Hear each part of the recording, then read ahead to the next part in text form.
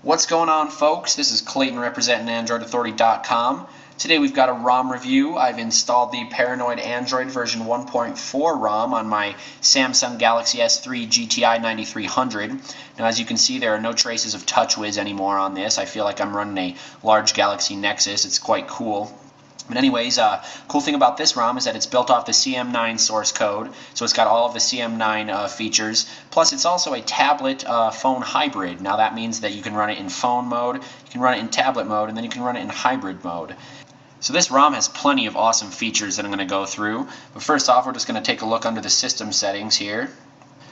So here on our settings menu, we have our interface options, where we can have customizations with our launcher, which is the Trebuchet launcher. We can change our lock screen. We've got themes, system settings, and we've got our paranoid settings. Now also we have our advanced settings here and our profiles there. We'll get into all of those, and we have our performance as well. So first off, under our launcher settings on the interface, we have our Trebuchet launcher, which is a CyanogenMod build. We can change our home screen, such as how many columns we have vertical and horizontal. We can enable or disable the persistent search bar. We can choose to resize any widget, which I chose because that's nice for the tablet mode. We can choose our transition effect. Then we've got our drawer settings, which is our app drawer. We just have our transition effect. We can add a widgets drawer. We can join it with the apps, have infinite scrolling and whatnot. Got our icons, we have our folder background and our folder style. Can change those. And then we have our general settings. Anyways, we have a lot of cool customizations. We can do the lock screen. We have a screen security features here where you can either choose to slide unlocked or a lot of different Android sort of unlock patterns, whatnot. Okay, so we've also got our themes. Under our themes, we have our theme chooser, which is our current theme is the system theme, which we have that applied anyways. Got our system settings. We can choose tweaks with our status bar. We can show the clock, show the AM/PM style, choose hardware acceleration, and we can adjust the status bar transparency, which is cool. We can also enable the brightness control, which is one of my main complaints with the Samsung Galaxy S3's TouchWiz launcher. There's no master brightness control, but this is fixing that. Anyways, we've got our paranoid settings, where here we can choose our tablet mode, our hybrid mode. We can choose our system default DPI, which is a pixel density for our apps. It's actually the first ever ROM to enable per app density customizations. Anyways, we can go down under our advanced settings. We have our radio settings. We can have tweaks to our screen, such as the backlight. We can disable the backlight. We have our backlight timeout options. We can change our haptic feedback. I actually don't like any haptic feedback, so I'll shut that off. Under our profiles, we can just choose our different home, night, silent work, all that cool stuff. And then under our performance settings, we can actually overclock our Galaxy S3 because this is running Saya's kernel. We have our current frequency, we have our minimum and our maximum boot there. As if this isn't different enough from TouchWiz already, we've got some included apps, some preloaded apps like the Apollo Music Player. We've got our DSP Manager from CyanogenMod. Here's our Paranoid Android backup. We've got our dev tools, our developer tools, and we've got a terminal emulator, as well as Super User because we're rooted, of course. Anyways, just go through some of the user interface. We do have our pull-down status bar. It's no longer influenced by TouchWiz whatsoever. We've got all of our different stuff there. We can access our settings just by pressing that button. Really cool. We have a nice screen transition, and we don't have infinite scrolling enabled. This also works with Apex and Nova Launcher.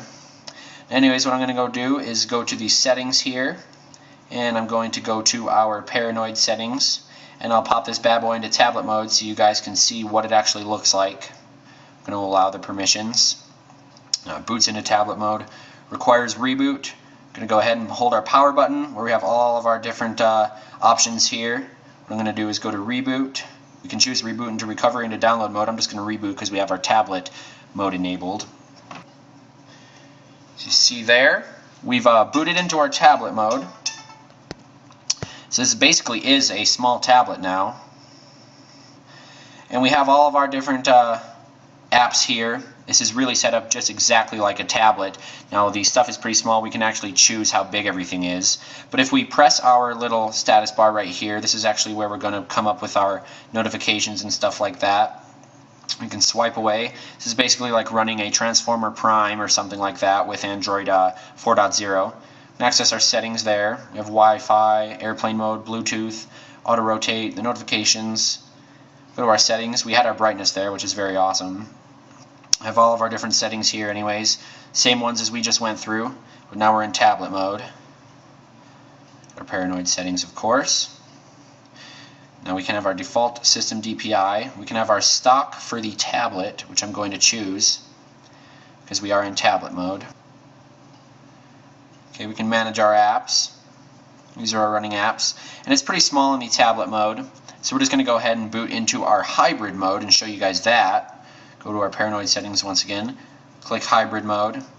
Unclick tablet mode. And now we're just going to reboot again. Reboot into, whoops.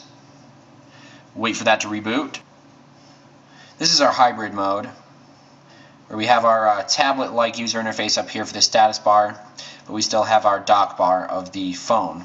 And when we turn it on its side like this, we still get all this. Very cool stuff.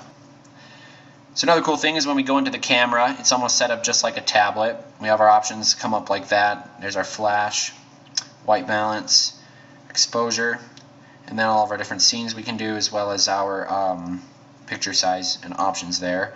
I'll take a picture just by tapping.